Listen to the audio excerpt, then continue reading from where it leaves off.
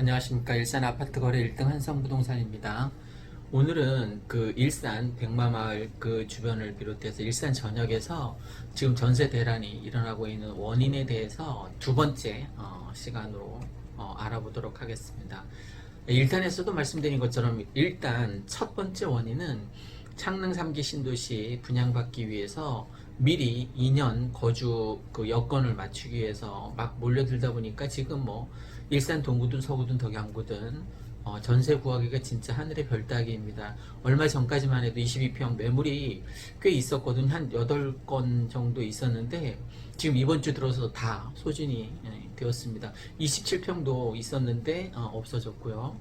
나머지 평수는 더 말할 것도 없고 큰 평수든 작은 평수든 일단 매물이 없습니다. 첫 번째는 창릉 3기 신도시 그 분양받기 위해서이고, 또 하나는 제가 최근에 알았는데 서울서 밀려난 수요가 그렇게 생겼습니다. 서울 뭐 전셋값이 천정부지로 오르다 보니까 그 가격을 맞추지 못하고 이 경기도권으로 밀려난 거죠.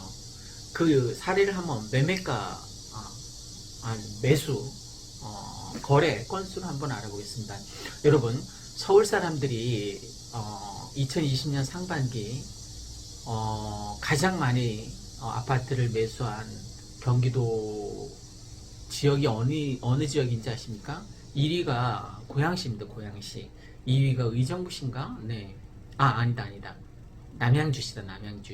남양주시, 용인시, 김포시 순서인데, 어쨌든 경기도에서 그래도 서울로 출퇴근하기 좀 수월한 일산 쪽에 가장 많이 매수가 일어난 것입니다. 그 요인 중에 하나가 서울 전세 사는 것보다 여기에 와서 매수를 하는 게 더 싸기 때문에 아무래도 그런 경향이 없지 않아 있었고, 또 경의선이 내년에 이제 소사선 들어온다니까 5호선, 9호선 라인에 사람들도 이제 출퇴근 여력이 있으니까 좀 더 일찍 내려와서 살자라는 생각을 갖고 있을 수도 있습니다.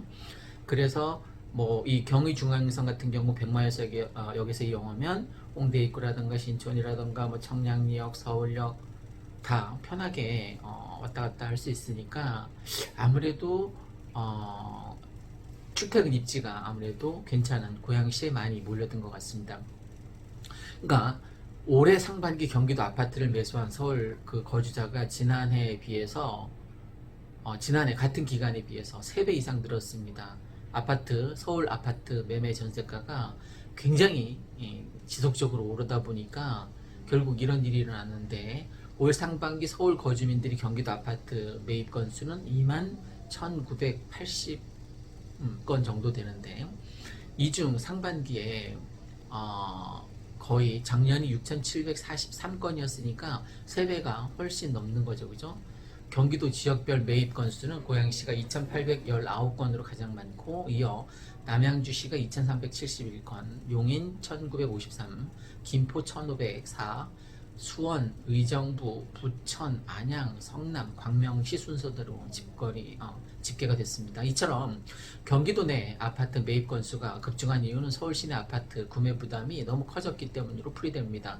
지난 7월 기준 서울 아파트 매매 평균 그 중위 가격이 10억이 넘었고, 또 같은 기간 전세 가격이 서울이 4억 9,922만 원인데 경기도 아파트 매매 가격이 4억 8,006만 원이니까 4억 806만 원이니까 가서 서울에서 전세 사느니 와서 그냥 아파트 사서 살겠다라는 생각으로 이제 온 거죠.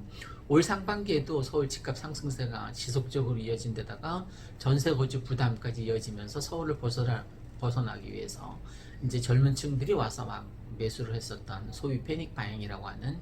그런데 이제 뭐 국토교통부 장관 입장에서는 그 패닉 바잉한 30대 뭐 20대 40대 그들이 다주택자들이 매물을 뭐 법인들이 매물을 던졌는데 그것을 비싼 가격에 잡아줬기 때문에 하는 뭐 원망 섞인 인터뷰도 하는 걸 제가 들은 적이 있는데, 그거는 아닌 것 같습니다. 그 패닉 바잉한 30대들이 오죽했으면 지금 아니면 영끌에서 지금 사지 않으면, 그리고 고양시에 가장 많이 뛰어들어서 사지 않으면 영원히 살 수 없을 것 같다는 어떤 불안, 초조 심리가 없지 않아 있었을 겁니다. 그들 입장도 이해를 해 주셨으면 좋겠습니다. 자, 오늘은 일산 이 백마마을 지역의 전세가 이렇게 품귀 현상이 일어나는 이유가 예전에는 창릉 3기 신도시 분양받기 위한 수요만 있었는데 지금은 서울에서 전세 난민으로 떠밀려온 그 인원들도 만만찮게 많다는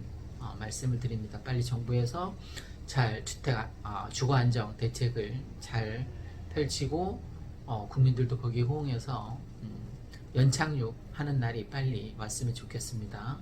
코로나가 빨리 잡혀야지만 경제도 다시 활성화될 텐데 어쨌든 모든 게 다 안정적으로 평화스럽게 평온하게 흘러가는 일상으로 돌아갈 수 있기를 간절하게 소망하고 지금 많이 힘들어하는 여러분도 다시 일상 생활로 돌아갈 수 있기를 간절하게 축복합니다. 기원합니다. 고맙습니다.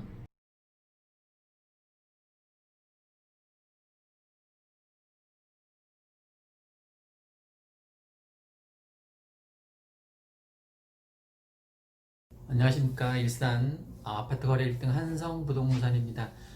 백송마을, 강촌마을, 백마마을을 근거지로 해서 요즘 분위기하고 그 전세 대란의 원인에 대해서 한번 예측해서 두 가지 정도 말씀드릴까 합니다.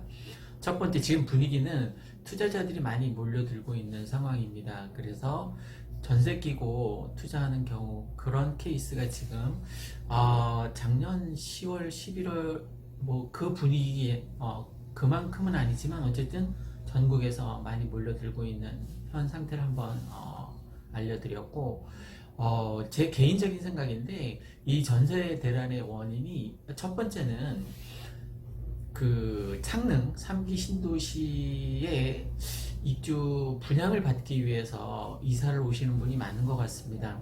그 창릉 3기 신도시의 분양이 지금 어떻게 구조가 되어 있냐면 이 고양시에 사는 사람들에게 30%나 배정이 되어 있습니다. 그 다음에 경기도에 사는 사람이 20%, 그 외 지역이 이제 50%인데 특이한 사항은 이렇습니다. 왜 이렇게 이사를 많이 오는지 추측해 봤더니 만약에 이사를 왔어요. 2년 거주를 했습니다. 그러면 경기도 지역이 30%이니까 분양 당첨 가능성이 높아지죠. 근데 여기서 만약에 떨어졌어요. 그러면 20%를 뽑는 경기도에 또 지원을 할 수 있답니다. 그리고 나머지 그 외 지역 50%에 또 지원을 할 수 있고 그러면 일단 이 경기도 고양시에 이사로 오게 되면 3번 청약 기회가 있는 거예요. 그러니까 당첨 확률이 더 훨씬 높아지니까 사람들이 길을 쓰고 지금 이사를 오는 것 같고 두 번째는 여기가 지금 사교육 학군 수요, 공교육 학군 수요가 많이 발달되어 있는 곳인데 코로나19로 인해서 온라인 계약을 하다가 오프라인 계약이 계속 늦어졌어요. 그죠? 그래서 막 망설이던 학부모들이 오프라인 계약이 늦어지니까 그 전에 이제 학교를 전학을 해도 되겠다는 생각을 갖고 오프라인 계약 전에 막 옮기다 보니까 3월달, 4월달, 5월달까지 조금 이사 수요가 많이 있었던 것 같습니다. 그래서 지금은 뭐 전세를 22평, 뭐 27평, 32평, 37평, 49평 거의 동일한 상태입니다. 매물이 거의 나오자마자 바로 거래가 되는 추세입니다.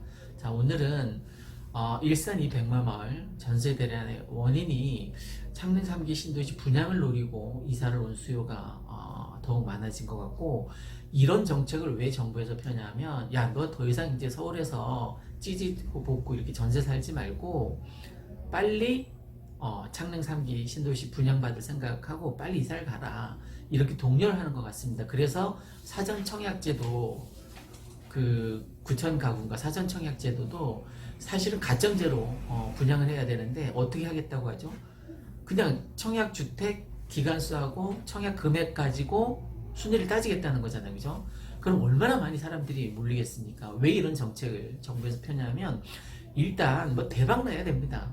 청약률이 막 뭐 수백 대 1이 돼야지만 사람들이 이제 그제서야 창릉 3기 신도시로 가는 게 손해는 아니겠구나라는 인식을 갖게 되는 거예요. 그래서 정부에서 꼼수를 부리는 거죠.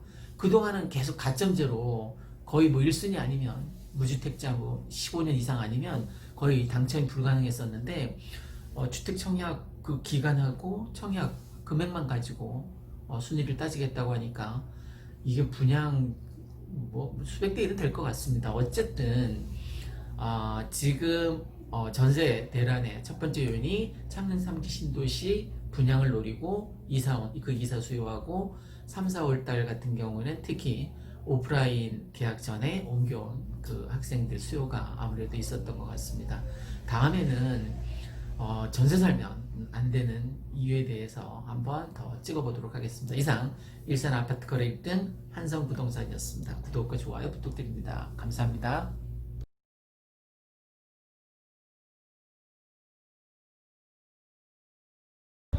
안녕하십니까.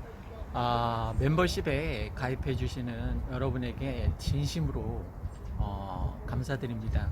요즘 제가 이렇게 베풀고 나누고 이런 걸 추구하고 또 긍정적으로 삶을 살려고 추구하다 보니까 경제적으로도 많은 이익이 찾아오는 걸 느꼈습니다. 그래서 제가 제 삶의 어떤 터닝 포인트가 될 정도로 이렇게 많은 축복을 받고 있는데 이걸 제 혼자 다 가져갈 수는 없고 이 축복을 멤버십 여러분에게도 정말 진심을 다해서 나눠드리고 싶습니다. 축복합니다, 여러분.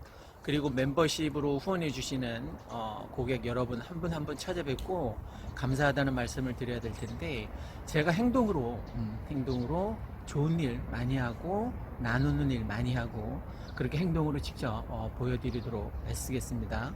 멤버십 회원으로 가입해 주신 여러분 다시 한번 진심으로 감사드립니다.